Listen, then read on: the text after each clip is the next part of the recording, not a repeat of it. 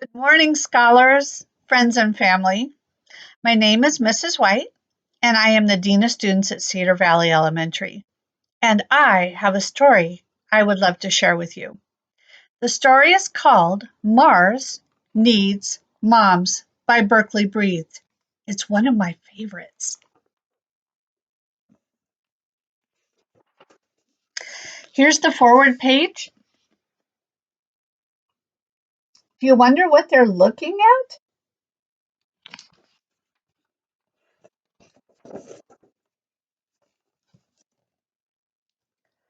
Mothers. Milo often wondered what was so special about them.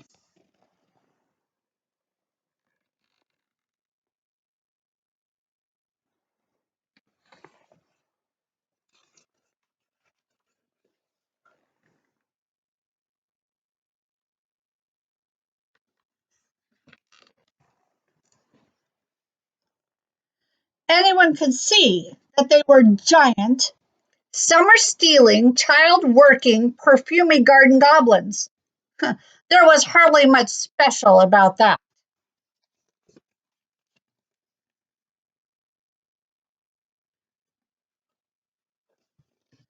Mothers were also bellowing broccoli bullies and carrot-cuddling cuckoos. Nothing very special about that, thought Milo. Mothers were slave-driving, trash-mashing, rubbish odor ogres. Huh, nothing special about that.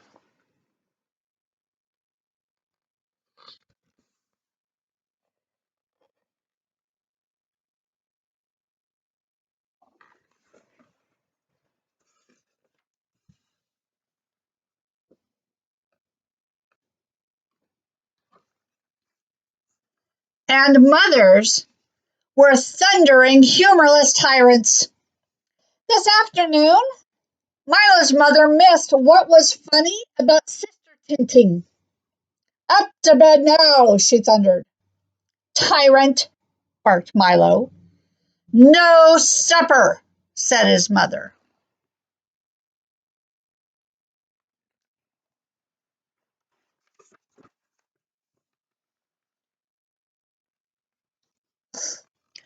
As she left his room, Milo yelled, I sure don't see what's so special about mothers. She paused when he said this, and then closed the door. Very, very slowly. Exhausted from his fit, Milo fell very, very asleep.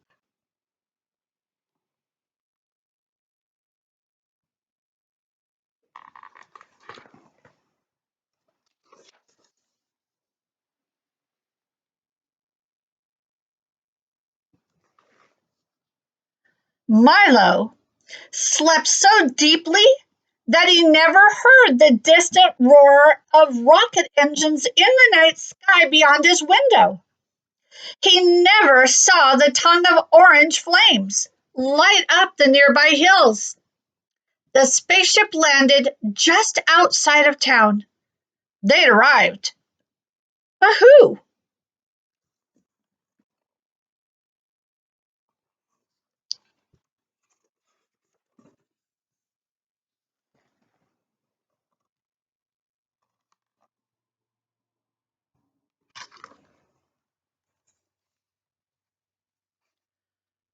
Martian raiders. Worse, Martian raiders with a net. They climbed down from their starship and gazed over the town below, looking for that most marvelous treasure. Treasure that could never ever be found on Mars. A treasure called.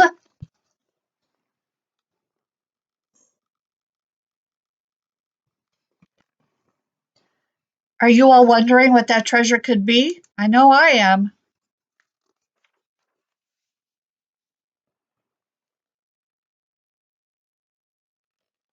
Moms.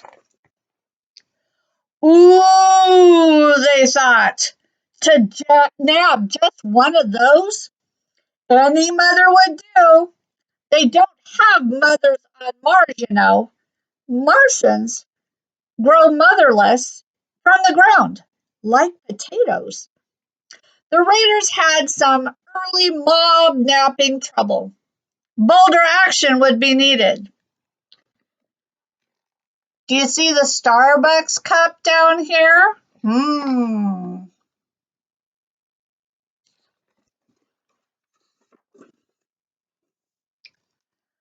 Milo awoke to strange sounds down the hall. He peeked around the door to see his mother being carried past the bathroom by three Martians the color of jelly beans. That, he thought, is something you don't see every day.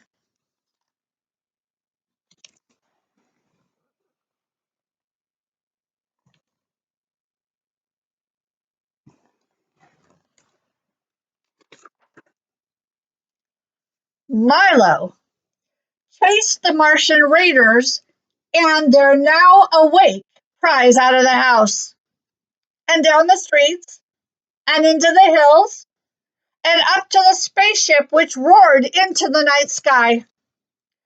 Milo suddenly wondered why he would want to be dangling miles above Earth chasing his carrot cuddling mother. He decided to figure it out later.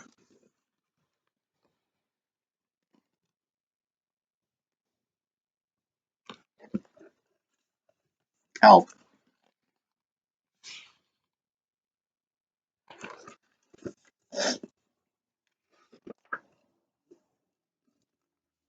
Milo found himself locked in the bottom of the spaceship. So he put on a spare helmet and curled up in a corner, trying to stay warm.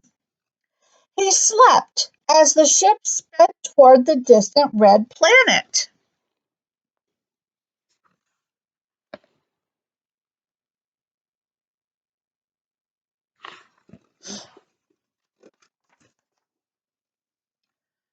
Milo awoke to find the ship still and quiet. The door was open, and suddenly he knew why Mars so badly wanted mothers.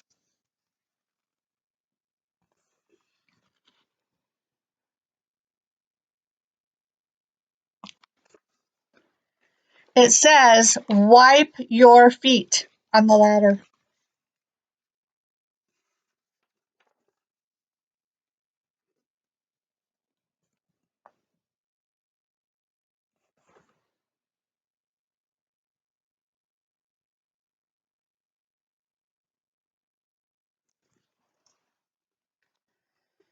They needed driving to soccer and to ballet and to play dates, parks, and pizzas, plus cooking and cleaning and dressing and packing lunches and bandaging boo-boos. They'd seen it in their telescopes. It was obvious. Mars needed moms.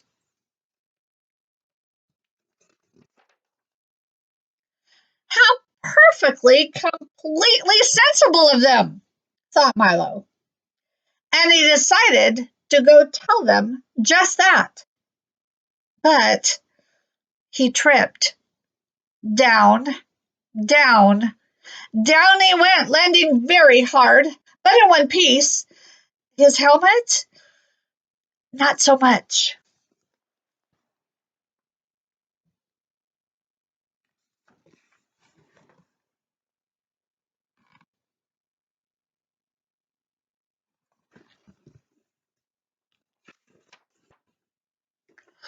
Milo gasped and choked. As anyone knows, breathing Martian air is like breathing mustard. He sucked it in and instantly grew weak and dizzy, and things began to go dark. Milo was fading. He barely sensed someone approaching.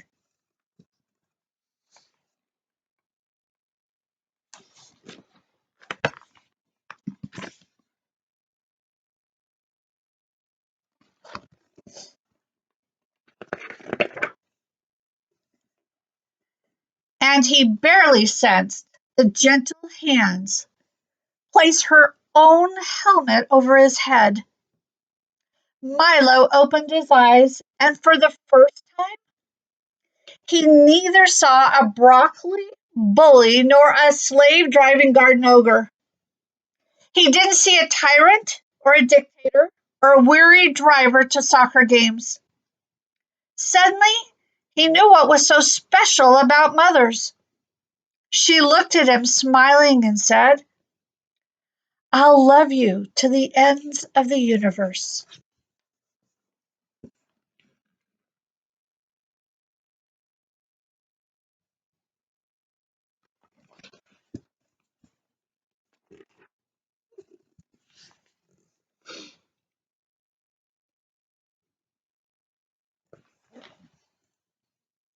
And then she breathed in the terrible air, closed her eyes, and leaned on Milo, growing very still.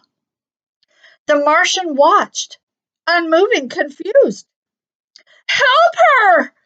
he yelled angrily. And then he added, "She's my mother!"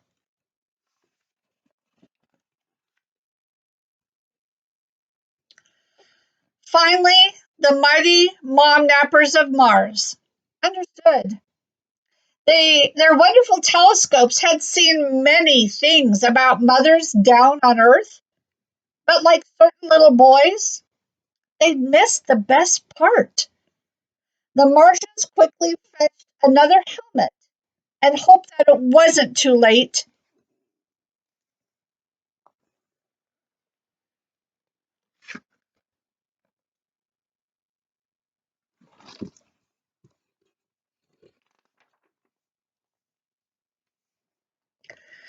They helped Milo carry his mom aboard the ship, which lifted off for the long journey home. Her eyes remained closed as they soared through the stars. Milo would stay curled close to her all night.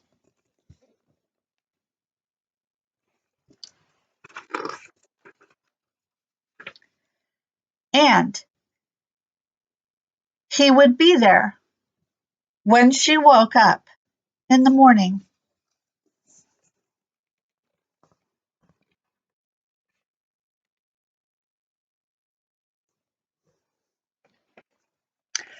Well, that is the end of our story, Mars Needs Moms by Berkeley Breed. I hope that you had as much fun listening to the story as I had reading it. So, scholars, keep reading. I can't wait for you to share with me when I see you again all the wonderful stories and things you've been reading. Keep track of it so you can tell me. Until next time, see you later.